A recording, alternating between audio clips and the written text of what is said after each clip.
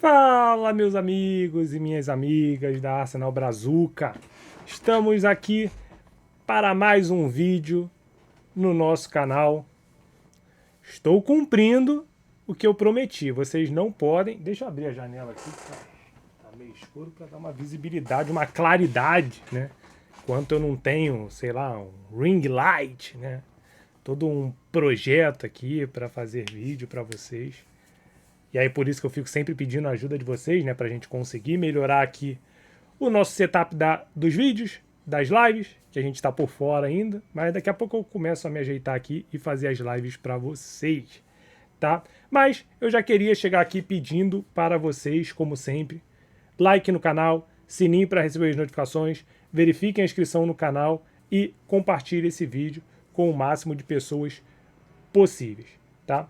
Lembrando que hoje o nosso vídeo, ele é um vídeo de bastante informação, tá? Então, espero que vocês prestem bastante atenção, tá? No que eu vou falar aqui para vocês, porque são informações muito importantes em relação tanto ao clube, tanto quanto mercado de transferências. Então, é importante que vocês prestem bastante atenção no que eu vou falar aqui, justamente para que a gente consiga ter aqui um vídeo bem esclarecedor, tá? Para todos vocês aqui. Beleza? Então, vamos lá, vamos começar com o nosso vídeo de resumo diário para falar do nosso Arsenal. Começando, eu não fazia isso, né? Mas eu vi que uma galera estava começando a fazer, então falar dos nossos jogadores aí na Copa do Mundo. Ontem nós tivemos a Noruega, tá? Enfrentando a Costa do Marfim e vencendo o jogo por 2-1, tá? Uma boa partida do Martin Odegaard, junto com a seleção norueguesa. O Odegaard e o Haaland, que são os principais jogadores desse elenco, mas aí também tem o Nusa, tem o Sanderberg, tem muitos jogadores muito bons, muito conhecidos. E agora é o nosso adversário aí nas fases de oitavas de final da Copa do Mundo, que vai acontecer no domingo às 17 horas, horário aqui do Brasil. Teremos o enfrentamento de Gabriel Magalhães versus Erling Haaland. É Haaland que eles falam, né? Erling Haaland.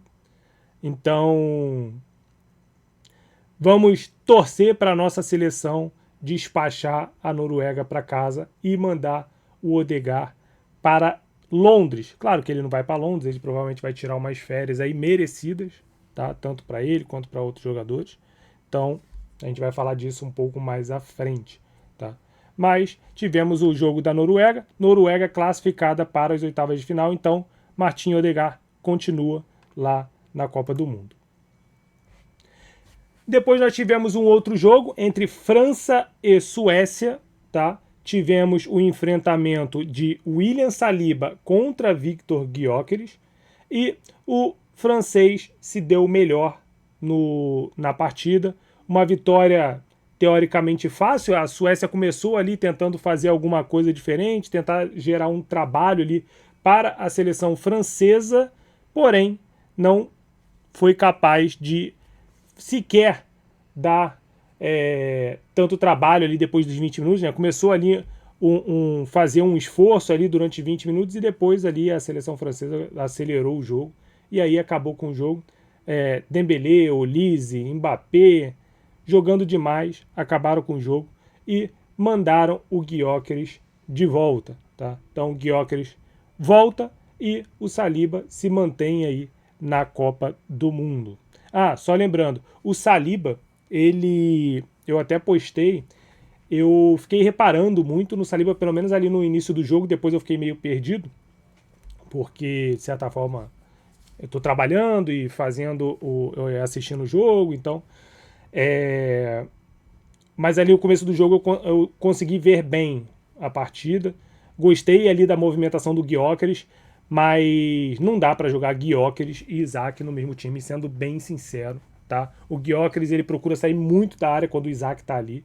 E ele teve algumas dificuldades ali durante o jogo, muita gente criticou a forma dele jogar, mas você vê que é totalmente diferente o Gyökeres quando ele tá com o Isaac em campo, tá?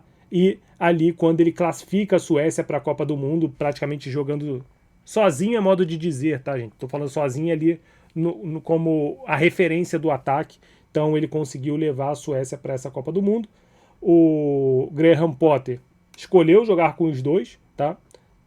Talvez não seria a minha escolha se eu fosse técnico da Suécia, mas jogaria ou com o Isaac ou com o Gyökeres. Não vou nem falar que, jogaria com o Gyökeres, jogaria com o Isaac, não. Jogaria com um ou com outro, aí veria quem estaria melhor, mas talvez não jogaria com os dois, tá? Porque eles se trombam ali no mesmo espaço dentro do campo, praticamente. E o Saliba, eu fiquei preocupado porque eu vi o Saliba tendo muita dificuldade. No começo do jogo ali, principalmente, tinha muitas jogadas ali em velocidade, em transição, para os jogadores de ataque da Suécia, como o Gyökeres, como o Elanga. E aí você via claramente que ele estava com dificuldade. Teve uma jogada que, não sei se foi com o Bergvall, que ele sai muito atrás do Saliba, muito atrás, e ele chega na frente na bola. O Saliba meio que só faz a contenção ali, ele não dá aquela arrancada que a gente conhece do Saliba. O Saliba, que é um zagueiro muito rápido, tá? Ele sempre consegue se antecipar muito bem nas jogadas, só que eu vi essa dificuldade dele dentro da partida de ontem, tá? A gente sabe que o Saliba ele tem um problema nas costas, tá? Parece que quando acabar a Copa ele será reavaliado pelo Arsenal para poder verificar se vai ser necessária a cirurgia ou não. O que eu posso dizer para vocês que eu tenho lido? Bem provável que seja feita a cirurgia. E eu li hoje, mas era uma fonte que não era muito confiável, tá? Vou passar aqui, mas não levem muito em consideração. Eu vou levar só por questão de informação, mas não era uma fonte muito confiável.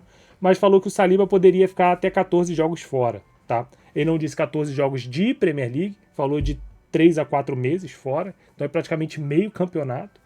Então, se for isso mesmo, tá? Repetindo, gente, é uma fonte que não é confiável, tá? Eu tô repercutindo aqui, mas é uma fonte que não é confiável. Eu só tô repercutindo porque tem realmente a história da cirurgia, e é uma cirurgia nas costas, então realmente às vezes demora um pouco mesmo a recuperação. Então meio que faz um pouco de sentido, mas não é nada comprovado que seja esse tempo que o Saliba ficará de fora. Na verdade, não tem nem confirmado se ele precisará fazer a cirurgia. É bem provável que sim, mas não tem nada confirmado. Quando tiver alguma coisa confirmada, a gente traz aqui para vocês. Beleza? Então essa é a informação que a gente tem até agora. Gyökeres volta e, na verdade, sai de férias, né? E Saliba continua na Copa do Mundo. Outro que volta, outro que sai de férias é Piero Hincapié, tá? Ontem tivemos Equador versus México. A dona da casa não tomou conhecimento da seleção equatoriana. Eu vou ser bem sincero para vocês, tá? Eu só vi o primeiro tempo. O primeiro tempo, os primeiros 20 minutos ali foi um amasso da seleção mexicana. Um amasso. Mereceu ali começar com os 2-0. E aí depois o Equador tentou equilibrar o jogo, tá? Só que quando você precisa, quando tava 1-0, eu falei assim, cara, tá 1-0, o Equador precisa pelo menos empatar. Só que o ataque do Equador é o Ener Valencia e o Plata, tá? Então a chance do Equador não fazer gol e não fez é muito grande. É só vocês verem que o Equador, ele se classifica muito mais por conta da sua defesa, não levavam gols, tá? Nas competições aqui da América do Sul. Não levavam bastante gol. Então, o Equador foi eliminado, perdeu de 2-0 para o time mexicano. Ainda teve o atraso, né, do jogo. O jogo era para ter começado às 10. Aí, por algum problema lá de climático lá, né, foi atrasado para as 23 horas aqui do horário do Brasil. E aí, no final do jogo, foi aplicado a nova regra, tá? Que o jogador não pode colocar a mão na boca para se comunicar. A gente já teve o jogador... Foi do Canadá que foi expulso? Teve um jogador que foi expulso, se não me engano foi do Canadá, tá? Se eu tiver errado, me corrijam aí nos comentários. Mas já tinha sido expulso. E agora foi o Hincapié pelo mesmo motivo. E começa a repercutir nas redes sociais um momento em que o Bellingham faz a mesma coisa e não é expulso, tá? Então, aconteceu isso. Não sei se foi Canadá ou se foi Bélgica. Acho que foi Bélgica, né? Foi Bélgica que o cara foi expulso, se não me engano.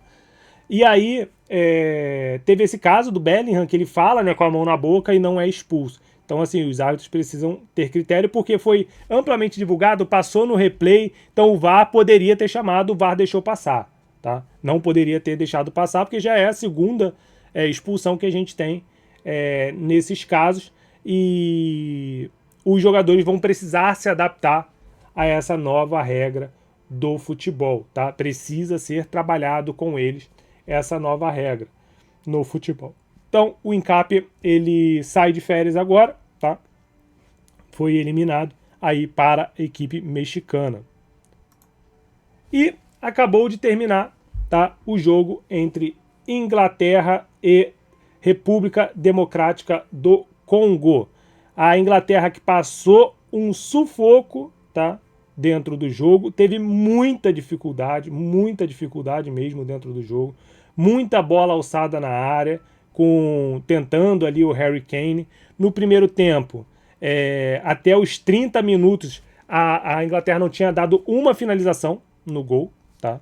Então, começou muito difícil, e aí a partir dos 30 minutos, a Inglaterra começou a pressionar a República Democrática do Congo. Com 7 minutos abre o placar, conseguiu segurar até um certo ponto ali o time inglês, até que ali acho que foi 70 minutos, o Harry Kane empata o jogo, e ali quase 85 e tal, ele vira o jogo para a seleção inglesa, um jogo que estava muito, mas muito difícil, e agora a seleção inglesa pega a seleção mexicana, tá? Uma seleção muito forte, que vai estar jogando na sua casa, com a pressão da torcida, e se jogar como jogou hoje, é bem provável que a Inglaterra volte para casa. Não estou falando que vai ser, até porque é futebol, a gente sabe como é que funciona, mas se jogar como jogou hoje, bem difícil, tá? Pontos a serem abordados do jogo da Inglaterra. Madueke começou jogando a partida, tá? No segundo tempo ele sente alguma coisa ali, a gente ainda não sabe o que aconteceu, ele deu uma mancada ali, então a gente não sabe o que aconteceu com o Madueke. Claramente o Rice, ele precisa ser, e agora vai ser difícil, né? Essa fase de mata-mata vai ser difícil, mas claramente ele tá mal, claramente ele não tá 100%, cara, talvez diria que o Rice não tá nem 50%, tá? Quem tá assistindo os jogos, reparem o Rice no jogo, tá? Ele tá com muita dificuldade de jogar, teve uma hora ali, praticamente no final do jogo, que ele até saiu, mas ele saiu praticamente no finalzinho do jogo, ele saiu, mas tem uma hora que eu acho que é o Anderson, que o Elliot Anderson, pega a bola, o Rice tá parado, assim, praticamente ali no sistema defensivo, e ele faz assim, ó, ele faz assim, ó, pro Elliot Anderson, para ele continuar o jogo, não tocar a bola para ele seguir, entendeu? Então, o Rice não tá bem, e vamos esperar aí para ver o que vai acontecer com ele para a próxima temporada. Outro que também não está bem é Bukayo Saka, tá? Bukayo Saka, que entrou no segundo tempo, mas no desespero ali da seleção inglesa, eu acredito que, por exemplo, se teve o Madueke que sentiu, não sei se ele saiu por isso, tá? Mas ele entra meio que no desespero por causa que a Inglaterra estava perdendo no momento que ele entra no jogo. E ia ser mais ou menos o que o Ancelotti falou do Neymar, tá? Então, se a gente não empata o jogo, ele ia colocar o Neymar ali faltando 20, 30 minutos para acabar o jogo. E se o jogo continuasse empatado e fosse para a prorrogação, ele ia iniciar a prorrogação com o Neymar. Então, ele ia meio que pro tudo ou nada com a seleção brasileira, assim como o Thomas Tuchel foi para o tudo ou nada com a seleção inglesa. O Tuchel, ele já começa a Copa do Mundo com uma interrogação na cabeça dele, porque quando ele convoca a seleção, a galera já questiona muito. Então, se ele perder até a final, ele chegar na final e perder, vão falar que a culpa era dele. Isso aí é certo. Vamos falar que a culpa é dele, porque ele tinha que ter convocado fulano, ciclano, beltrano, então a culpa já vai ser dele de qualquer maneira se a Inglaterra não ganhar a Copa do Mundo, e se ganhar, ele é rei, tá? Ninguém vai lembrar mais de que ele não convocou Ciclano ou Beltrano. Beleza? Então, só uma informação importante sobre a Copa, já que a gente está falando, os jogadores que saíram, né, da Copa do Mundo, eles terão 3 semanas de folga, tá? Então a gente está na primeira semana de julho, então eles devem voltar aí, Gyökeres, Nkapie, Havertz e Gyökeres, Nkapie e Havertz, né? Gyökeres, Nkapie e Havertz. O Trossard joga daqui a pouco.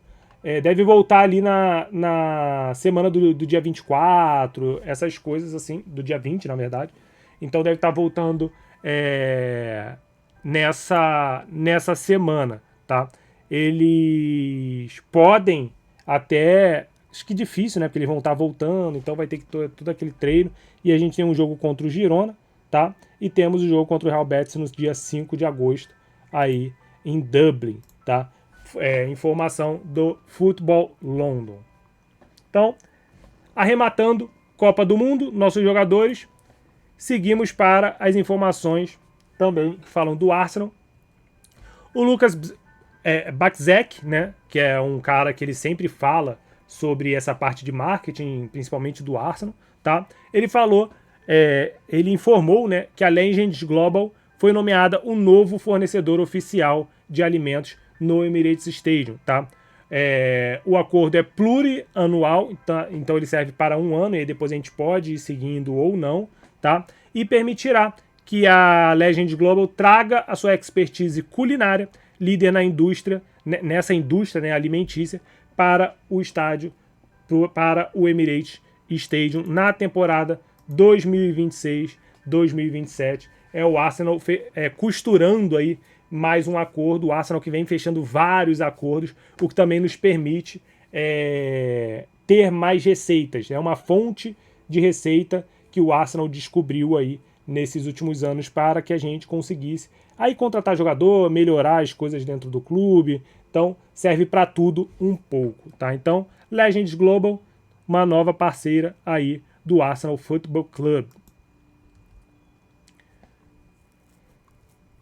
Agora falando mais de bastidores do Arsenal, né? Então, como todos sabem, o Mertesacker, ele saiu do Arsenal, ele que era o diretor ali das categorias de base, o diretor da academia do Arsenal. Ele saiu, ele comunicou a saída dele no final do ano passado, né, que é meio de temporada, e aí ele ficou até o final da temporada e se desligou do clube. É o que tudo indica, ele vai para a seleção alemã, tá? E aí, quem está muito próximo de assumir a posição dele é o belga Pascal de Maslach. Não sei se fala assim, mas enfim. Ele estava no Strasbourg, tá? Clube lá comandado lá da holding do Chelsea, né? A Blue Co. E aí ele vem para ser diretor da academia. Isso deve ser concluído muito em breve, tá? De acordo aí com a BBC, de acordo com o Sami Mokbel, que faz um trabalho excepcional cobrindo o Arsenal. Esse que eu falei agora é a pessoa do lado esquerdo do seu vídeo. A pessoa do lado direito do seu vídeo é o Javier Alonso, tá? Ele vem para o Arsenal está negociando ali, está próximo de fechar também, para ele se tornar o diretor esportivo. Na verdade, ele é o diretor esportivo do Granada, tá? E aí ele já entregou a sua renúncia lá no Granada e ele vai se juntar à equipe do Andrea Berta, tá? Então, o Arsenal fazendo muitos trabalhos aí nos bastidores. E só para falar um pouco mais do Javier Alonso, ele não é muito conhecido, tá, pelo público em geral, mas ele é muito respeitado nessa parte de scouting de talentos, tá? Ele iniciou ali a carreira dele na academia do Sport Gijon, antes dele se transferir para o Sassuolo, como olheiro internacional e posteriormente foi para o Atlético de Madrid e depois do Atlético de Madrid ele foi para o Girona. Então ele já é um cara, pra gente, né, não é muito conhecido, mas nesse mercado aí ele é bem conhecido. Então o Arsenal tira ele do Girona e traz ele para o norte de Londres para trabalhar ali junto com o André Berta. O que se fala, de acordo com o The Athletic, é que ele já deve começar a trabalhar na próxima semana. Tá? Então, duas informações importantes aí de departamento de futebol, de informações importantes dos bastidores do Arsenal. Outro bastidor importante, que aí vocês precisam prestar atenção nisso aqui que eu vou falar para vocês, é sobre uma questão da UEFA. Tá? Eu vou falar de dois clubes que estão diretamente ligados ao Arsenal nessa janela de transferência. O primeiro é o Newcastle, tá? O segundo é o Aston Villa. Então, ontem a UEFA ela soltou uma nota, tá? Informando os clubes que foram punidos ali por não seguir o que eles definem lá como regra financeira e tal. Não vale muito a pena eu ficar falando muito aqui, senão o vídeo fica muito longo. Depois a gente pode fazer um vídeo sobre isso. Mas o Newcastle ele foi multado em 5,2 milhões pela UEFA devido às duas infrações financeiras, tá? Incluindo o excesso dos limites de gastos e proporção de custos da equipe, tá? O que pode explicar a necessidade do clube em realizar vendas no verão, tá? Então já presta atenção que aí com isso o Newcastle precisa ali ajustar o seu elenco, tá? Para que eles não sejam punidos novamente. Ah, Barão, mas eles não jogam a UEFA, não estão em competição europeia nessa temporada. Tudo bem, mas eles precisam ajustar ali, porque numa próxima eles podem ser pegos. Mas a multa já foi dada, tá? A multa pode ser baixa, mas eles precisam entrar ali dentro das regras da UEFA. A UEFA também, tá? Puniu o Aston Villa, tá? O Aston Villa foi um valor maior, foram quase 20 milhões de libras, devido a uma violação das regras de proporção de custos da equipe que não será ativada se o clube continuar a melhorar sua situação financeira em 2026. Então, o Newcastle ele é punido e o Aston Villa precisa se ajustar para que não seja necessário pagar a multa, tá?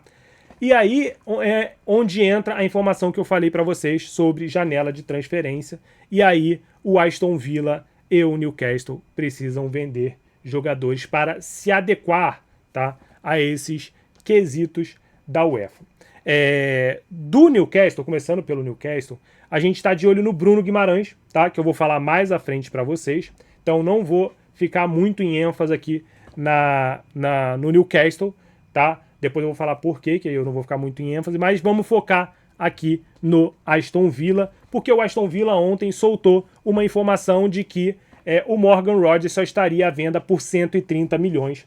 E aí faz sentido o Aston Villa pedir esse dinheiro para os clubes interessados no Morgan Rogers depois que saiu essa nota. Porque, na verdade, o Aston Villa fala isso, provavelmente o Aston Villa já sabia dessa informação, e aí depois eles soltam a informação de 130 milhões, e aí depois a UEFA divulga essas punições para esses times, tá? E aí faz sentido, porque o Aston Villa ele tem essa punição, tá, para se ajustar ali, aí precisa vender jogadores para poder se ajustar e ganhar dinheiro com isso. E também eles alegam a questão que eles precisam pagar 20% da venda para o Middlesbrough, tá, da onde veio o Morgan Rogers. Então, isso tudo influenciaria ali no valor recebido pelo Aston Villa na venda do Morgan Rogers.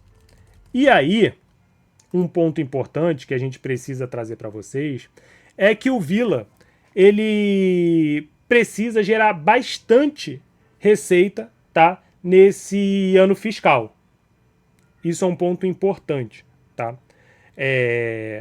E provavelmente é bem provável que eles consigam fazer isso, a não ser que eles consigam, que eles inflacionem muitos os jogadores dele, tá? Eu tô lendo um tweet aqui do Magic Hat, que é um cara que fala muito sobre isso também, e ele fala que o Villa precisará de mais de 500 milhões de libras de receitas e lucros com os jogadores para conseguir estar dentro do acordo ali da UEFA de 70%. Tá?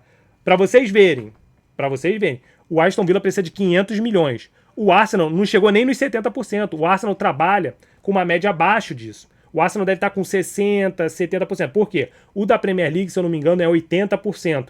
E da UEFA é 70%. Então o Arsenal sempre trabalha com o pior caso, que é o caso da UEFA, que é 70%. E o Arsenal ainda está abaixo disso. Tá? Então, para vocês verem a enrascada,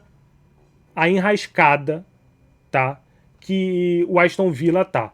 Então, eles precisam de um mínimo de, sei lá, 70 a 120 milhões em média de lucros com os jogadores, tá? Então, por isso que eles falaram que não abre mão de 100 milhões pelo Tonali, que... Ai, desculpa, eu confundi com o Newcastle. Por isso que eles falaram que querem os 130 milhões aí do Morgan Rogers. Tudo bem, beleza. Vamos dizer que o Arsenal venha e pague 130 milhões. Cara, eles precisam vender e eles não tem mais jogador para conseguir esse dinheiro, tá? Então, assim, o problema do Aston Villa, o buraco que eles se enfiaram é muito mais embaixo. E eles precisam vender. E eles vão precisar vender. Até porque eles estão em competição europeia nessa temporada. Eles estão. Então eles entram, diferente do Newcastle que não tá, eles entram ali na questão da multa. Só que a UEFA falou, cara, se vocês conseguirem ir diminuindo, a gente não pune vocês. Então o Aston Villa ele precisa começar a diminuir, tá, esses valores. Só que acontece? Ao mesmo tempo que eles precisam vender, eles precisam contratar jogador. Então, assim, é um buraco muito obscuro no qual o Aston Villa se meteu. E aí pode ser que eles não tenham para onde correr, eles vão ter que vender jogador. E aí é onde pode sobrar o Morgan Rogers pra gente. E aí a gente talvez... Ah, beleza, eu não pago 130 milhões para você. Não pago. Entendeu? Quer ficar com o jogador? Então fica aí, fica com ele encalhado aí. Entendeu? E vocês vão tomar a multa depois. Entendeu? Então, assim, o Aston Villa precisa se desfazer de alguns jogadores para poder conseguir bater a meta aí da UEFA. Beleza? E aí, em nenhum momento eu falei de saídas aqui do Arsenal, né? Mas eu vou falar de uma que parece estar bem próxima, que é a do Leandro Trossard. Leandro Trossard que está disputando a Copa do Mundo, vai jogar daqui a pouco pela Bélgica, e parece que ele está muito próximo de uma saída. Claro, depende praticamente dele, tá? Aceitar os termos ou não. O Besiktas parece estar muito interessado no jogador, parece que o Arsenal aceitaria ali 20 milhões de euros pelo jogador. Lembrando que o Trossard tem só mais uma temporada de contrato, tem 31 anos, então é um jogador que a gente não conseguiria tanto dinheiro assim. Então, acho que... Assim, apesar que o mercado está muito inflacionado, né? Mas eu acho que não tinha muito que a gente conseguir com o Leandro Trossard, sendo bem sincero. Tá? Então, falta o jogador se mostrar interessado, né, na transferência, e aí é bem provável que o Trossard saia. Quem deu essa notícia aí foi o Ryan Taylor, tá? Ele trabalha para o Futebol London também. Atualizações sobre Alex Scott, tá? Ontem o Bournemouth ele comunicou que o Alex Scott não estaria à venda, tá? Que a ideia é eles tentar renovar com o jogador. A ideia é eles falaram que não precisam vender nenhum jogador pelo que eles conseguiram, né, no último ano, principalmente com a venda do Semenyo. Eles não venderam só o Semenyo, né? Venderam o Semenyo, venderam não é Højlund, não, é Hilsen lá para o Real Madrid. Então eles venderam, o sistema defensivo deles todo foi embora, então eles fizeram muito dinheiro na temporada passada, então realmente o Bournemouth não precisa vender, tá? Só que, de acordo com o Leo, da Sky Sports, ele fala o seguinte, abre aspas, Alex Scott agora parece ser uma corrida de 2 cavalos, tá? Ele usa esse termo e fala que tanto o Arsenal quanto o Manchester United estão interessados no meia do Bournemouth. E aí ele fala que, no entanto, o Bournemouth ainda não quer vendê-lo, né? Prefere que ele assine um novo contrato, e conversas estão sendo realizadas com o jogador, tá? Parece que também vai ter uma conversa ali com o técnico novo, né? O Iraola saiu, agora é o Marco Rose, então parece que vai ter uma conversa ali com o treinador também. E ele fala que, no entanto, Scott permanece na lista de alvos dos maiores clubes que querem contratar um novo meio-campista neste verão, e ainda resta ver se um deles fará uma oferta. Então, assim, o que foi falado é que o Arsenal fez uma oferta para ele, se eu não me engano, de 55 milhões de libras, foi recusada pelo Bournemouth. O Manchester United eu não sei, não estou acompanhando esse mercado do Manchester United para ver se houve. Inclusive é a primeira vez que eu escuto sendo citado o Manchester United em relação ao Alex Scott, tá? E o Ben Jacobs, tá? Ele complementa a informação do Leo, da Sky Sport, dizendo: o Bournemouth tomará uma decisão sobre a venda de Alex Scott ou a permanência dele após se reunir com o jogador para discutir o seu futuro. E por isso, quando o Arsenal contatou o Bournemouth, a resposta do clube foi: esperem, pois o jogador não está à venda no momento. Então, assim, o discurso, de acordo com o Ben Jacobs, o discurso ele meio que muda do ontem não está à venda para hoje, tá? Ele não está à venda no momento, tá? Então tem uma diferença aí no discurso de ontem para hoje, tá? Então vamos aguardar para saber o que pode acontecer em relação ao Alex Scott. É um jogador que está no radar do Arsenal desde o início da janela de transferências.